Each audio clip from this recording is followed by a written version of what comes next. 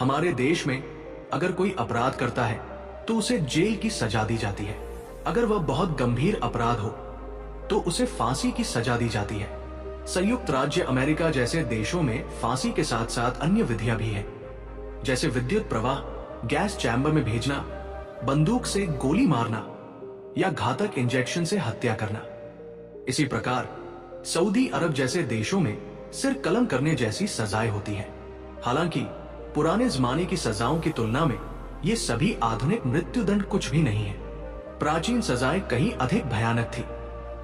आज के फांसी के तरीके जल्दी मौत के लिए बनाए गए हैं, लेकिन पुराने जमाने में सजाएं इस तरह बनाई जाती थी कि व्यक्ति तुरंत मर न जाए, बल्कि जितना संभव हो सके दर्द सहते हुए अंततः मरे।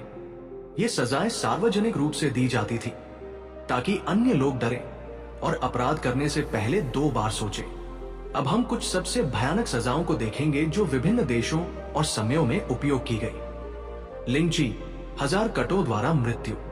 ये सजा चीन में सोंग राजवंश से लगभग 900 ईस्वी से लेकर शुरुआती 1900 के दशक तक व्यापक रूप से इस्तेमाल की गई थी। अपराधी को एक लकड़ी के खंभे से सार्वजनिक जगह पर बांधा जाता था। फिर चाकू से फांसियों वाले लोग शरीर को छोटे छोटे टुकड़ों में काटना शुरू करते थे। पहले वे नाक, जीभ, कान, उंगलियां, पैर, हाथ, जांघें काटते थे, ऐसे हिस्से जहां व्यक्ति तुरंत नहीं मरता। फिर वे हृदय और यकृत जैसे आंतरिक अंग निकालते थे। अगर व्यक्ति अभी भी जीवित होता तो अंत में गला काट दिया जाता था। यह पूरा प्रक्रिया 3 दिन तक चलती थी, जिसमें शरीर को लगभग 3600 बार काटा जाता था।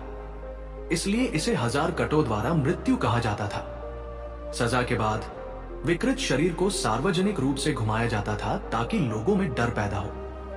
कभी कभी अपराधी के परिवार वाले गुप्त रूप से फांसियों वाले को रिश्वत देते थे ताकि वे जल्दी गला काटे और दुख खत्म हो जाए, ये दिखाने के लिए कि यह सजा कितनी भयानक थी। स्पेनिश गधा, लकड़ी का घोड़ा, जिसे लकड़ी का घोड़ा भी कहा जाता है, यह तरीका धीमी, पीड़ादायक मृत्यु का कारण बनता था। एक तेज त्रिकोणीय लकड़ी या धातु की बीम इस्तेमाल होती थी। अपराधी को इस तेज किनारे पर बैठने के लिए मजबूर किया जाता था, लेकिन यही खत्म नहीं होता था। व्यक्ति के पैरों में भारी वजन बांधे जाते थे। वजन धीरे धीरे शरीर को नीचे खींचते थे और व्यक्ति का जन्नांग धीरे धीरे फट जाता था जब तक शरीर 2 हिस्सों में न टूट जाए। दर्द को बढ़ाने के लिए कभी कभी यातनाकार व्यक्ति को गुदगुदी करते या उसके पैरों की तली जलाते थे। दर्द के कारण पीड़ित मचलता और हिलता था, जिसे तेज बीम और तेजी से और गहरा कट करता था। कांस्य बैल, यह तकनीक प्राचीन यूनान में आविष्कार की गई थी। एक बड़ा खोखला बैल कांस्य का बनाया जाता था जो एक व्यक्ति को अंदर रखने के लिए पर्याप्त बड़ा होता था। आरोपी को कपड़े उतारकर कांस्य के बैल के अंदर बंद कर दिया जाता था। हिलने डुलने के लिए बस थोड़ा सा स्थान होता था। फिर उसके नीचे आग जलाई जाती थी। जैसे जैसे बैल गर्म होता, धातु लाल गर्म हो जाती। गर्म तवे को छूने के दर्द की कल्पना करें। यहां व्यक्ति का पूरा शरीर जलती धातु के संपर्क में था। बैल का सिर पाइपों से बनाया गया था ताकि जब पीड़ित दर्द से चिल्लाए, आवाज पाइपों के माध्यम से गुंजित होकर बैल के गर्जने जैसी निकले। इसके आविष्कार के पीछे एक अजीब कहानी है। अक्रागस शहर में एक अत्याचारी फालारिस ने नई सजाओं के तरीके मांगे। एक व्यक्ति पेरेलोस ने इस कांस्य बैल को डिजाइन किया और राजा को दिखाया। फालारिस ने पेरेलोस से पूछा कि यह कैसे काम करता है, और जब पेरेलोस अंदर जाकर दिखाने लगा तो अत्याचारी ने दरवाजा बंद कर दिया और नीचे आग लगा दी। पेरेलोस पूरी तरह जलने से पहले बाहर निकाला गया और फिर एक चट्टान से फेंककर मृत्युदंड दिया गया। विडंबना यह है कि आविष्कारक खुद बैल की पहली शिकार बन गया। एड बेस्टियास, जानवरों के दरमियान। यह सजा प्राचीन रोम में आम थी। अपराधियों को बाघ, शेर और तेंदुए जैसे जंगली जानवरों के हवाले कर दिया जाता था। फांसी से पहले जानवरों को जानबूझकर कई दिनों तक भूखा रखा जाता था और उन्हें उकसाने के लिए पीटा जाता था। फिर आरोपी को एक एम्फी थिएटर के केंद्र में रखा जाता था, जो एक स्टेडियम जैसा ढांचा होता था।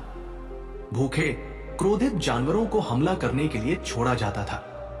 कई लोग जो आने वाली यातना को जानते थे, फांसी से पहले की रात खुद को मार देते थे, स्पंज के टुकड़े निगलकर गले में फंसने या खुद को मारकर। क्योंकि जल्दी मौत पाना जिंदा जख्मी होने से बेहतर था। इसी बीच भीड़ टिकट खरीदकर देखने आती थी। जैसे आज हम क्रिकेट मैच देखने के लिए टिकट खरीदते हैं। चूहा यातना। चूहे किसी भी खराब स्थिति से बचने के लिए कुछ भी करेंगे।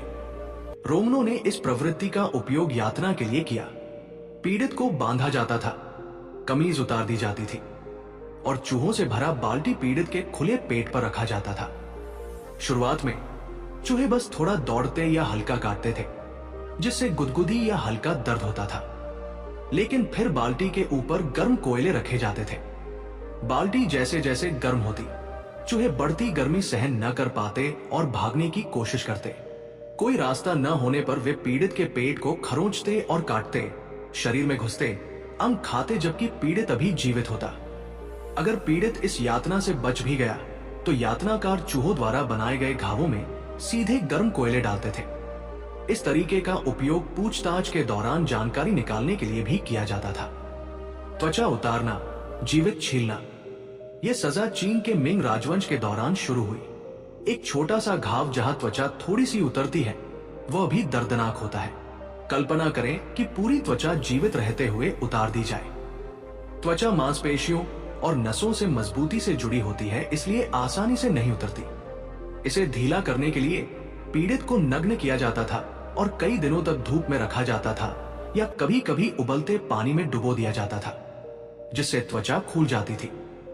फिर शरीर के एक हिस्से से शुरू करके फांसियां धीरे धीरे त्वचा उतारते थे। व्यक्ति धीरे धीरे रक्त खो देता था और बिना त्वचा के शरीर को बैक्टीरिया और वायरस से सुरक्षा नहीं मिलती थी, जिससे गंभीर संक्रमण होता था। मक्खियां और कीड़े खुले मांस पर भोजन करते थे। पीड़ित आमतौर पर रक्तस्राव या संक्रमण से मर जाता था, लेकिन कुछ 2-3 दिन तक असहनीय दर्द में जीवित रहते थे।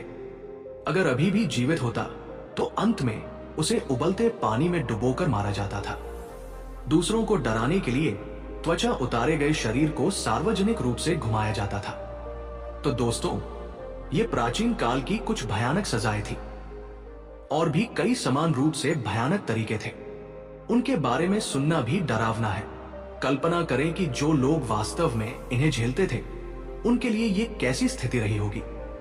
इन सजाओं को देखकर लगता है कि पीड़ितों के लिए जल्दी मौत पाना लंबे समय तक दर्द सहने से कहीं बेहतर होता। वर्णित सजाओं में से आपको कौन सी सबसे भयानक लगती है, हमें कमेंट में बताएं। अगर आपको ये वीडियो पसंद आया तो इसे लाइक करें और अपने दोस्तों के साथ साझा करें।